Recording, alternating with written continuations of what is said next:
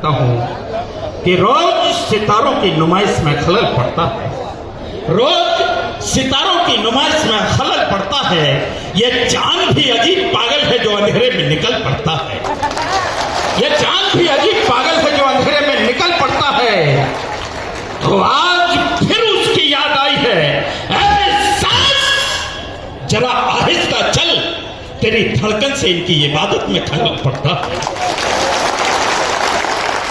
सनातन धर्म और हिंदू राष्ट्र का संकल्प लिए हुए युवा तरुणाई में जिनने संकल्प ले डाला हो कि हम भारतवर्ष की संस्कृति, गौरव और प्राचीनता को हम प्रतिष्ठा के साथ सहेजेंगे, प्रतिष्ठा के साथ पुनर्स्थापित करेंगे, लेकिन भावना वही होगी कि अयम ने जो परावेति गणना रघु चेत साम उदार चट्टान्तु नाम वसुधैव कुटुंबकम।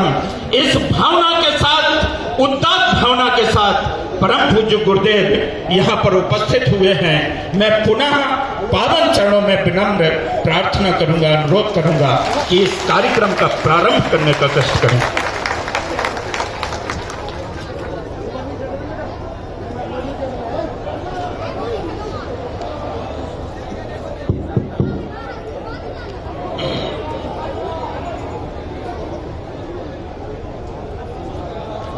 अतिथि के रूप में पधारे हैं इस्माइल खान साहब का मैं चाहता हूं आप सभी लोग कर्तव्य रूप के साथ स्वागत करें, वंदन करें।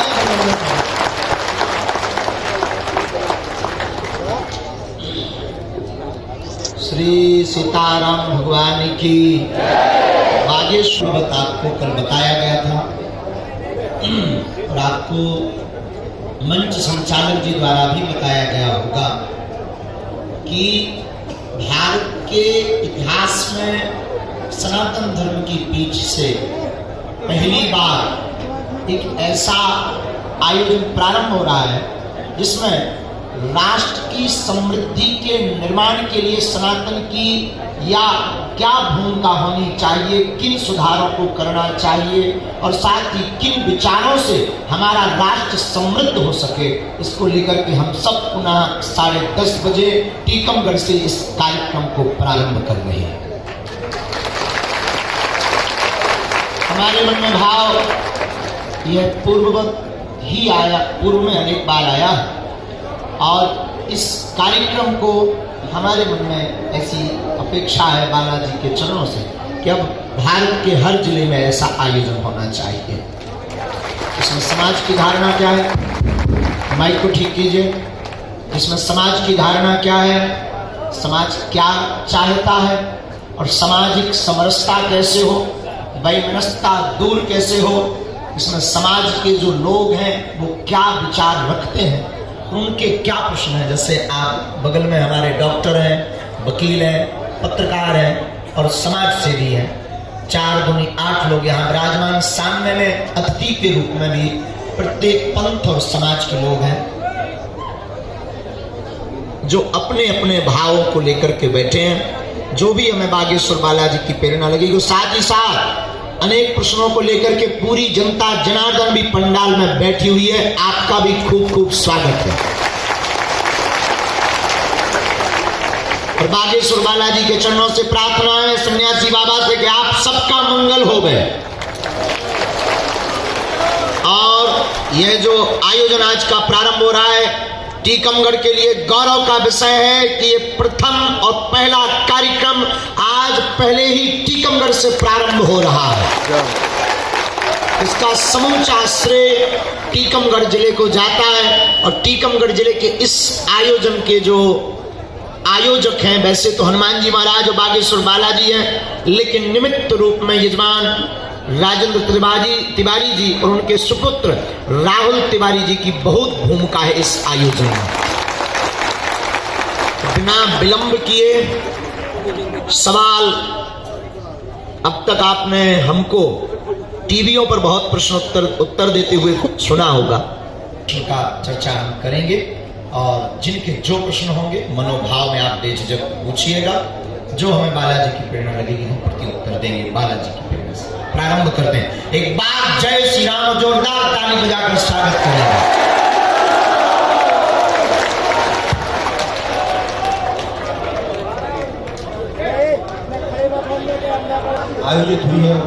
के श्री चरणों के आने से एक सामाजिक समरसता का जो माहौल निर्मित वो अद्वितीय है।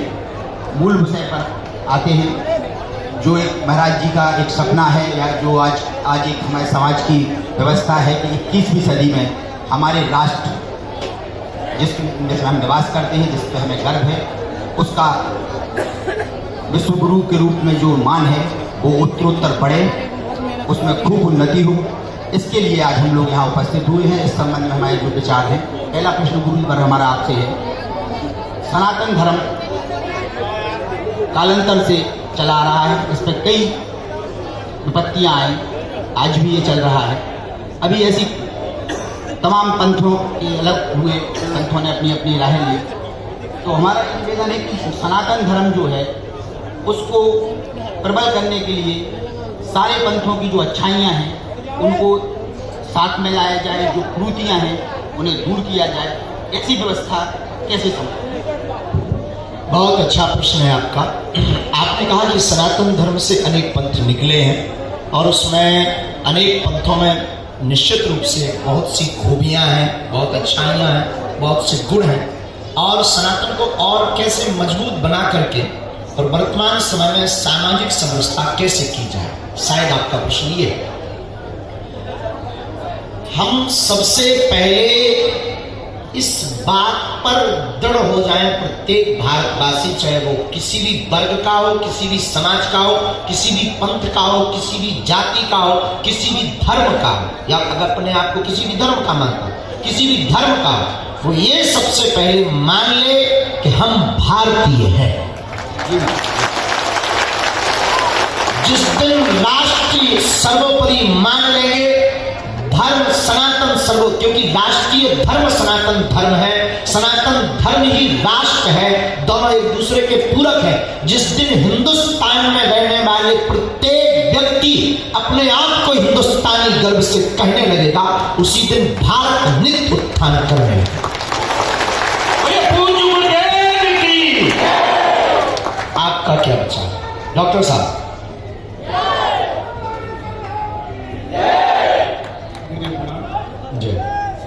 मेरा प्रश्न ये है कि जिस प्रकार अन्य धर्मों में धर्म के प्रति देखे जाने वाली धार्मिक कट्टरता के विपरीत सनातन धर्म, जो पुरातन काल से ही चला रहा सामाजिक समरसता के लिए जाना जाता है, उसका मनोभाव ही सामाजिक समरसता है, लेकिन आज की आधुनिक शिक्षा प्राप्त और आधुनिकीकरण के युग में जो हमारी अपेक्षित सनातनी युवा पीढ़ी है, उसका धर्म के प्रति कुछ अरुचि और विमुखता निश्चित ही हम कहीं कहीं देख रहे हैं।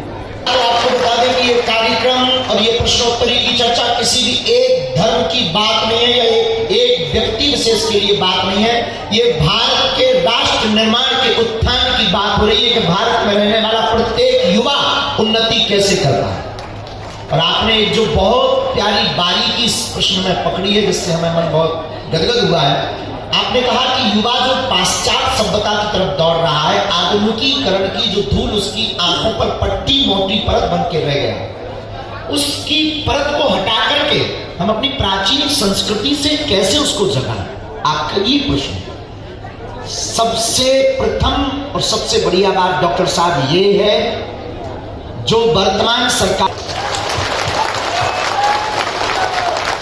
भारतीय शिक्षा नीति में जब तक संस्कृति के बारे में नहीं पढ़ाया जाएगा, हमें अंग्रेजी से क्या लेना देना, हमें विदेशी व्यक्ति माइकल जैक्सन के इतिहास से क्या लेना देना, हमको स्वामी विवेकानंद के इतिहास से शिक्षा मिलनी है, हमें रानी लक्ष्मीबाई की शिक्षा से, रानी महारानी लक्ष्मीबाई की जीवनी से शिक्षा मिलनी है, हमें रसखान से शिक्षा मिलनी है, हमें सूरदास से शिक्षा मिलनी है, हमें मीराबाई से शिक्षा मिलनी है। तो क्यों ना भारतीय शिक्षा प्रणाली में इन महापुरुषों की जीवनी और गीता, रामायण, वेद, पुराण, इनका पठन पाठन प्रारंभ किया जाए। जिस दिन ये हो जाएगा उस दिन युवा के ऊपर से परत हट जाएगी। क्या इसमें आप सहमत हैं? क्या आप संतुष्ट हैं? क्या आप चाहते हैं कि ऐसा हो? बिल्कुल महाराज जी, चाहते हैं। धन्यवाद। अब अगला प्रश्न हम मंच से ना लेकर के हमारे सामने जो आज विशिष्ट अतिथि बनकर के सामने गेस्ट बैठे हैं, उनमें से जो भी चाहे पहला प्रश्न आप कर सकते हैं हमसे। को सलाह देंगे कि जिससे राष्ट्र समृद्ध हो और गोवंश को जो देशी गोवंश पालन में भी थोड़ा मददगार हो। धन्यवाद। बहुत अच्छा प्रश्न है आपका। गौ माता की, आप निश्चित रूप से बहुत ही सजग डॉक्टर हैं, इसमें कोई संदेह नहीं, और आपका प्रश्न बहुत ही सटीक है। सबसे पहले तो आपने कहा कि जो गाय माता के, देखो गाय माता का जो दूध है ना, वो दूध नहीं, वो अमृत है। पहले तो आप ये समझ लीजिए, गाय का दूध अमृत, और अमृत में ही एक ऐसा बल है जो प्रत्येक विषाक्त दूषक तत्व जो अंदर होते हैं उनको मिटाने की क्षमता गाय के अमृत में है। बिल्कुल। अब गाय का अमृत अब तो मिल ही नहीं रहा है। दूध के नाम पर मिलावट, दूध के नाम पर पाउडर। माता सुरक्षित हो जाएगी और भारत सुरक्षित हो जाएगा। आप क्या मानते हैं, क्या ऐसा होना चाहिए? बिल्कुल होना चाहिए महाराज जी, क्योंकि गाय का दूध आपने अपने घर पे रखी है गाय? बिल्कुल महाराज जी, 2 गाय हम पाले हुए हैं। एक हमारी तरफ से रखो। बिल्कुल महाराज जी। धन्यवाद। अब ये माइक हम पुनः अतिथियों में से ही एक आपको बताएं, एक ऐसे अतिथि है, वैसे तो हर मुसलमान पत्थर फेंकते हैं, लेकिन भारत के टीकमगढ़ के मुसलमान ने राम की यात्रा में पुष्प बरसाकर स्वागत किया। आपका नाम इस्माइल खान है, आप हमारे बड़े ही प्रिय हैं, हम आपको बहुत लव करते हैं। आप हमारे इस्माइल खान, हम आपसे कहेंगे आप आज के इस शो पर आप अपना गुरु जी नमस्कार। आप जैसे कि टीकमगढ़ आए और इसके पहले भी आए, तब भी हमने स्वागत किया, और अब आए तब भी स्वागत किया, और जब भी आप आएंगे तब भी हम स्वागत करेंगे। क्योंकि दोस्तों हमारे लिए कहते हैं कि हम बहुत कट्टर आदमी हैं। जी नहीं गुरु जी, ऐसा कुछ नहीं है। संत कभी भी, कोई भी संत महान कट्टर नहीं होते, उनके दिल में हमेशा ही हर इंसान के लिए प्यार रहता है।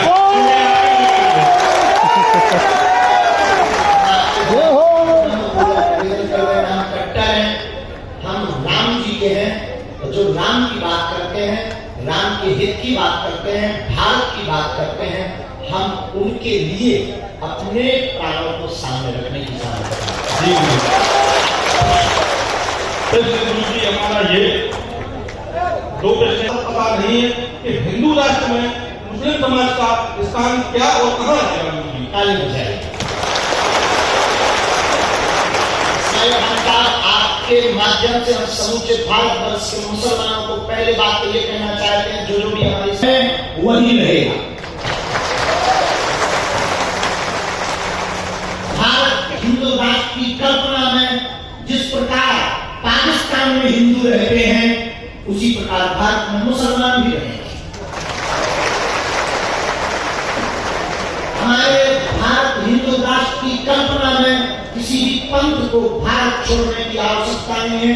हिंदू राष्ट्र का मतलब कोई एक मजहब की बात, किसी एक धर्म की बात होती नहीं।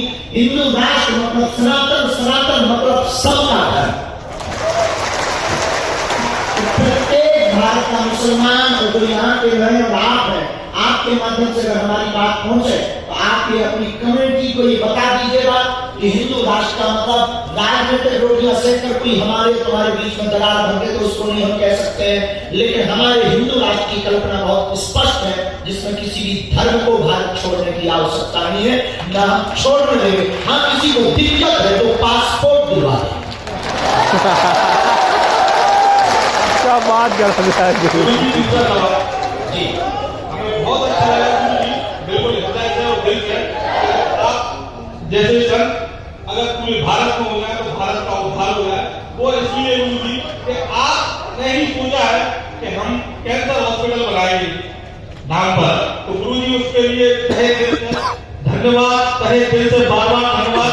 लेकिन गुरु जी, जो बड़े बड़े नेता यहाँ पे कहते रहे ना कर पाए, गुरु जी आग्रह है आपसे कि यहाँ पे एक ऐसा प्रयास कीजिए कि यहाँ पे टीकमगढ़ की जनता को मेडिकल कॉलेज आपके प्रयास हो जाए।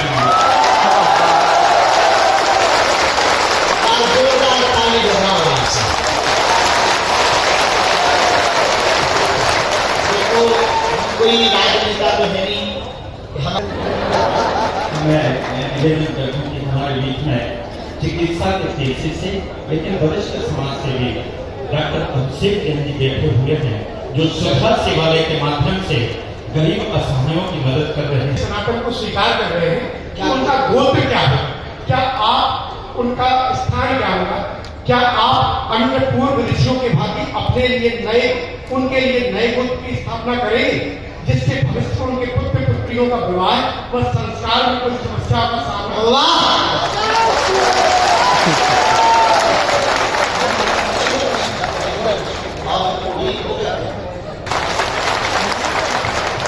दूसरी, सनातन में आने की आवश्यकता ही नहीं है, जो जहां है वो सनातनी है ये मान ले।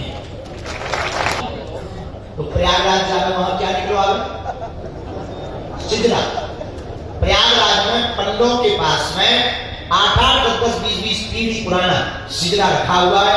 किसी को गोत्र पता ना हो, दादाओं का नाम पता ना हो, बीच में कुछ अलग नाम लिख गया हो, पहले कुछ और था, वो लोग अपना सिद्धरा निकलवा सकते हैं, जिसमें उनका पता लग जाएगा कि वो कौन है। और फिर उस जाति में देखो, भारत में सबसे बड़ा कैंसर का जहर है जातिवाद वर्तमान। इसीलिए हमने ये मंच तैयार किया है कि वर्तमान भारत परंतु जातिवाद नहीं, अब जातिवाद से मतलब हम सब हिंदू एक।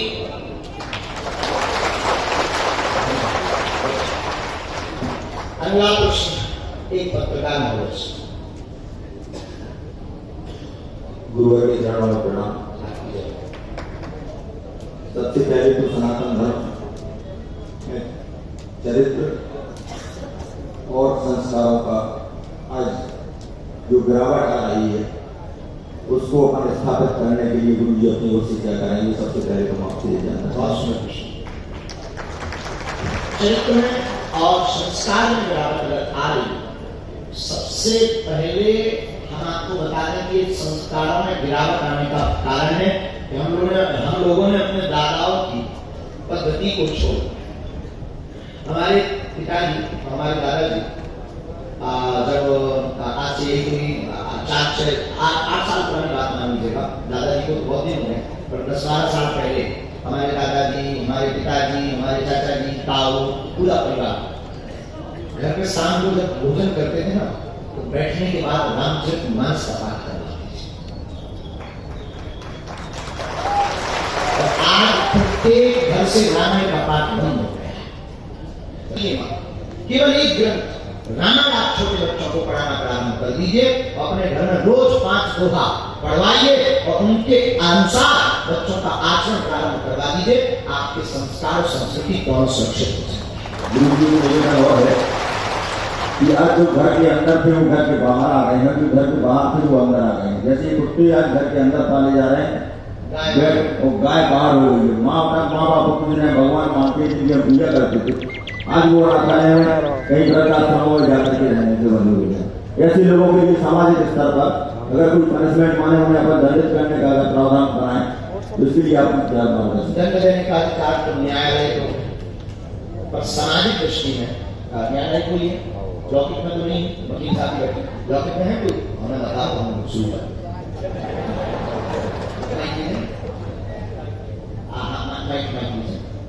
न्यायालय के अलावा है क्या समाज में कुछ ऐसा दंड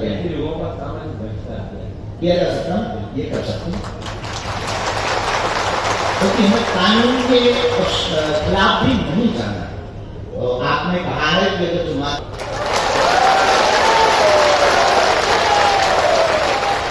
नंबर भी लिख लो, अगर तुम्हें ऐसा कुछ लगता है तो इनको छोड़ा भी ना जाए, ये निपट लेंगे, क्योंकि ये कोर्ट की कोर्ट में पेश ही करेंगे। हम कहाँ हमसे एक व्यक्ति कह रहे थे कि वकील डरते क्यों नहीं केसों को? उनकी इसलिए नहीं डरते हैं कि वो खुद केस करते हैं। भाई पेशी आप लोग हमारी तो ये रखेंगे, इसमें हमारा ध्यान रखेंगे। तो हमने कानून के हिसाब से भी पूछा, इसीलिए भगवान जी के पास सभी साहब के लोग बैठे, समाज सेवी भी बैठे हैं, डॉक्टर भी बैठे हैं, पत्रकार भी बैठे हैं, जो जैसी लाइन होगी। अब अगला प्रश्न